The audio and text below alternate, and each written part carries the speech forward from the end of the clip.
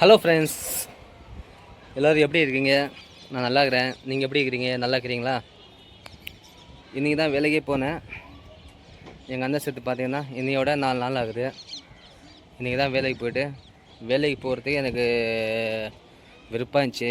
ஏன்னு பார்த்தீங்கன்னா ஃபுல்லாக என் மைண்டில் பார்த்தீங்கன்னா என் அண்ணன் தான் ஓடி நிற்கிறான் ஃபுல்லாக.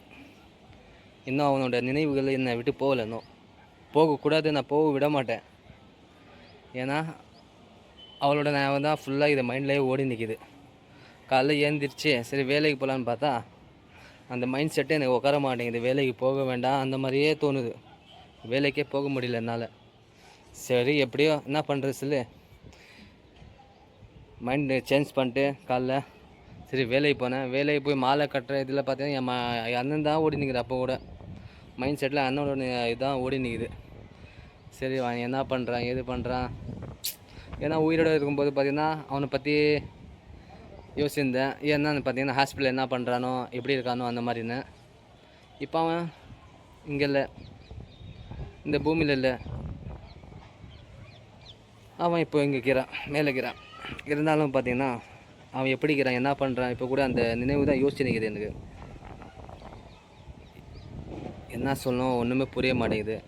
இன்னும் எனக்கு அந்த இதே எனக்கு விட்டு போகலாது. அவன் கூட இந்த அந்த ஒவ்வொரு நாளும் அந்த மாதிரி ஹாஸ்பிட்டலில் அவன்கிட்ட போய் பேசினது, அவன் என்னை பார்த்த பார்வை ஹாஸ்பிட்டலில் இருக்கும்போது அதெல்லாம் பார்த்தீங்கன்னா என்னை விட்டு இன்னும் போகலை. கடைசியாக பார்த்தீங்கன்னா இப்போது இந்த திங்கக்கிழமை அவனை டிஸ்சார்ஜ் பண்ணிட்டு வரும்போது அவனோட பார்வை எப்படி இருந்துச்சு. அவன் கொஞ்சம் கூட இதில் சிரிக்கலை. கொஞ்சமாக சிரிப்பு இருக்கும், சிரிப்பும் இல்லை அவங்கக்கிட்ட. என்னன்னு பார்த்தீங்கன்னா என்னது இந்த ஹாஸ்பிட்டல்லேருந்து கூப்பிட்டு போகிறீங்க அந்த மாதிரி அவனோட மைண்ட் செட்லேயே ஓடுற மாதிரி ஒரு ஃபீலாக இருந்துச்சு அவனுக்கு. ஏன்னா நம்ம பார்க்கும்போது அவனுக்கு அந்த மாதிரி தான் இருந்துச்சு ஃபேஸு. என்னன்னு பார்த்தீங்கன்னா என்னத்திட எனக்கு கூப்பிட்டு போகிறீங்க வீட்டுக்கு, நான் ஹாஸ்பிட்டலே இருக்கிறேன் அந்த மாதிரி அவன் ஃபேஸ் கட்டு எனக்கு காமிச்சிச்சு. அது பார்க்கும்போது கூட பார்த்திங்கன்னா எனக்கு ரொம்ப கஷ்டமாச்சு. சரி என்ன பண்ணுறது, டாக்டர் டிஸ்சார்ஜ் பண்ணிட்டாங்க, வீட்டுக்கு போகணுன்னு சொன்னாங்க. அதனால தான் கூப்பிட்டு வர வேண்டியாச்சு. கூப்பிட்டு வந்து பார்த்திங்கன்னா நைட்டு ஃபுல்லாக அன்றைக்கி அவனுக்கு மூச்சு அதாவது அந்த ஆக்சிஜன் இல்லாமல் ரொம்ப அவன் கஷ்டப்பட்டான். அன்றைக்கி நைட் தான் நானும் ஆக்சிஜனுக்காக நான் போயிருந்தேன் பேசுகிறதுக்கு. அது என்ன எவ்வளோ ஆகும் அந்த மாதிரி பட்ஜெட் எவ்வளோ ஆகும்னு பேசுகிறது போயிருந்தேன். அவங்கள்ட்ட சொல்லிட்டு தான் அன்றைக்கி நைட்டு நான் போய்ட்டு வரேன்டா நாளைக்கு வந்துடும் ஆக்சிஜனு அந்த மாதிரி சொல்லிட்டு தான் போனேன். கடைசியில் பார்த்திங்கன்னா அந்த ஆக்சிஜன் காலில் வந்து கூட அவனுக்கு ஒன்றும் பிரயோஜனம் இல்லாமல் போச்சு. என்ன ரொம்ப கஷ்டமாச்சு இருந்தேன். ஏன்னா நம்ம கையில் ஒரு பொருள் இருக்கும், அந்த பொருள் விட்டு போச்சு வச்சுங்களேன். அந்த பொருள் வரும்போது பார்த்திங்கன்னா இன்னொருத்தன் தூக்கிட்டு போடுவான்ல, அந்த மாதிரி ஒரு கதையாச்சு அது. கடைசியில் என் அண்ணனும் என்னை விட்டு போயிடும். ரொம்ப கஷ்டமாகிது. எங்கள் அம்மாவுக்கும் உடம்பு சரியில்லை.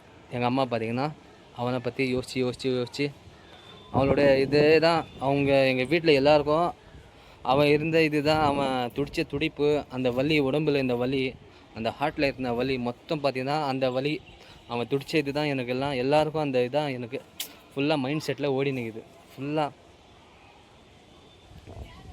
ஏன்னா இந்த மாதிரிலாம் நம்ம யாரும் அந்த மாதிரி பார்க்கல. ஃபஸ்ட்டு எங்கள் அப்பா கூட பார்த்திங்கன்னா ஒரு 3 நாள் தான் உடம்பு சரியில்லாமல் படுத்தார். அவருக்கு பார்த்திங்கன்னா அவரோட வயசு பார்த்திங்கன்னா 56 வயசு தான் அவர் செத்ததும். எங்கள் அப்பா 56 வயசில் தான் செத்தார். இப்போ செத்து கூட பார்த்திங்கன்னா 11 வருஷம் ஆச்சு. எங்கள் அப்பா செத்து 2005 செத்தார். இப்போ 2026, கரெக்டாக 11 வருஷம் ஆகுது எங்கள் அப்பா செத்து. ஆனால் என் அண்ணனோட வயசு பார்த்திங்கன்னா இப்போது 35 வயசு தான் ஆகுது அண்ணனுக்கு. இவ்வளோ சீக்கிரம் அவன் போயிடுவான் நான் கொஞ்சம் கூட கனவுல கூட யோசிக்கல. அந்த மாதிரி ஆச்சு. என் அண்ணன் எப்படி இருக்கான்னு இந்த பூலோகத்தில் இல்லை, இந்த உலகத்தில் மேலே எப்படி இருக்கான்னு தெரில. எல்லோரும் என் அண்ணனுக்கு பார்த்திங்கன்னா எல்லோரும் ப்ரே பண்ணுங்க. என் அண்ணனுக்கு சொர்க்கத்தில் இடம் தரணும். அதாவது பார்த்திங்கன்னா சொர்க்கத்தில் ஒரு இது இருக்கணும், அந்த மாதிரி இருக்கணும். என் அண்ணனுக்காக ப்ரே பண்ணுங்கள் சரியா. அது எனக்கு சொல்ல தெரில, இருந்தாலும் எல்லோரும் ப்ரே பண்ணுங்கள் அண்ணனுக்காக சரியா. ஓகே ஃப்ரெண்ட்ஸ், இந்த வீடியோ இதோட நான் முடிக்கிறேன். சரி ஓகே பாய்.